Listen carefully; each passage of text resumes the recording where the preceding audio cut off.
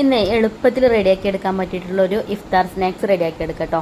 അപ്പോൾ അതിന് വേണ്ടിയിട്ട് ഇതാ ഞാനൊരു ബൗളിലേക്ക് 1 കപ്പ് മൈദ ചേർക്കുന്നുണ്ട്. ഞാൻ 1/2 കപ്പാണ് കേട്ടോ എടുത്തിട്ടുള്ളത്. അതുകൊണ്ടാണ് 2 പ്രാവശ്യമായിട്ട് ഇടുന്നത് കണ്ടിട്ടുള്ളത്. പിന്നെ അതിലേക്ക് ഉപ്പും അതേപോലെ തന്നെ കുറച്ച് ഓയിലും കൂടെ ഒഴിച്ചിട്ട് കൈകൊണ്ട് നല്ലോണം ഒന്ന് മിക്സ് ചെയ്തെടുത്തു.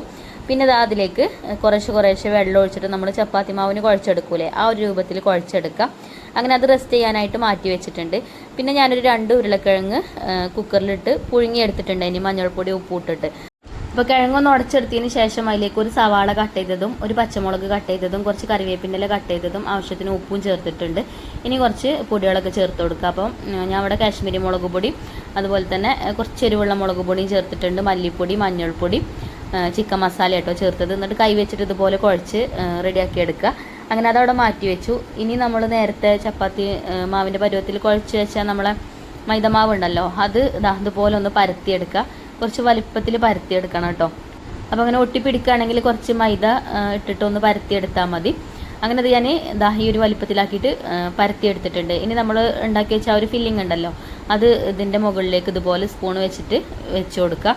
സ്പൂൺ കൊണ്ടൊന്ന് പ്രസ് ചെയ്ത് കൊടുക്കണം കേട്ടോ. അപ്പോൾ ഇതാ ഈ ഒരു രീതിയിൽ കേട്ടോ. ഇനി നമുക്ക് ഇതുപോലെ അങ്ങനെ ഒന്ന് റോൾ ചെയ്തെടുക്കണം. വളരെ പെട്ടെന്ന് തന്നെ തയ്യാറാക്കി എടുക്കാൻ പറ്റിയിട്ടുള്ള നല്ലൊരു സ്നാക്സിൻ്റെ റെസിപ്പിയാണ് കേട്ടോ. അപ്പോൾ ഇതാ അതുപോലെ നമുക്കിത് റോൾ ചെയ്തെടുക്കാം. അങ്ങനെ ഞാനിത് റോൾ ചെയ്തെടുത്തിട്ടുണ്ട്. ഇനി കൈ കൊണ്ട് ഒന്നിങ്ങനെ പ്രസ് ചെയ്ത് കൊടുക്കുന്നുണ്ട് കേട്ടോ.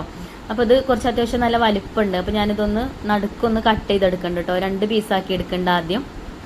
അപ്പോൾ വലിയ പണിയൊന്നുമില്ല, എന്നാൽ ഒരുപാട് സ്നാക്സ് നമുക്ക് ഒരു ഒറ്റ ട്രിപ്പിൽ തന്നെ റെഡിയാക്കി എടുക്കാനും പറ്റും കേട്ടോ.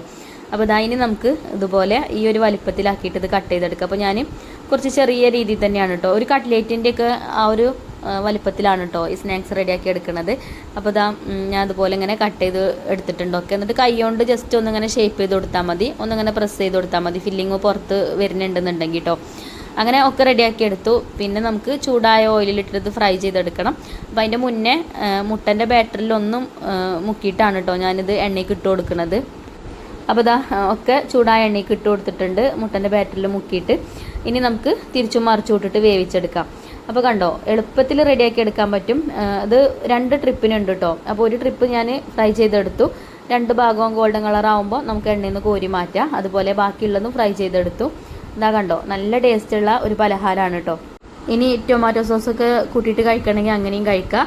അപ്പോൾ ഞങ്ങളിത് നോമ്പ് തുറക്കുന്ന സമയത്ത് കഴിക്കാൻ വേണ്ടിയിട്ട് ഉണ്ടാക്കിയതാണ് കേട്ടോ. അപ്പോൾ ബാങ്ക് കൊടുക്കാനായി സമയം. അപ്പോൾ ഇന്ന് മാംഗോ ജ്യൂസും ഫ്രൂട്ട്സായിട്ട് വത്തക്ക, അതേപോലെ തന്നെ നമ്മൾ ഇപ്പം ഉണ്ടാക്കിയ ഈ ഒരു പലഹാരം ഇതാണ് കേട്ടോ ഒന്ന് നോമ്പ് തുറക്കുന്ന സമയത്തിന് കഴിക്കാൻ ഉണ്ടാക്കിയിട്ടുള്ളത്. അങ്ങനെ ടേബിൾ മേലൊക്കെ നിരത്തി വെച്ചു, ബാങ്ക് കൊടുത്ത് നോമ്പൊക്കെ തുറന്നു.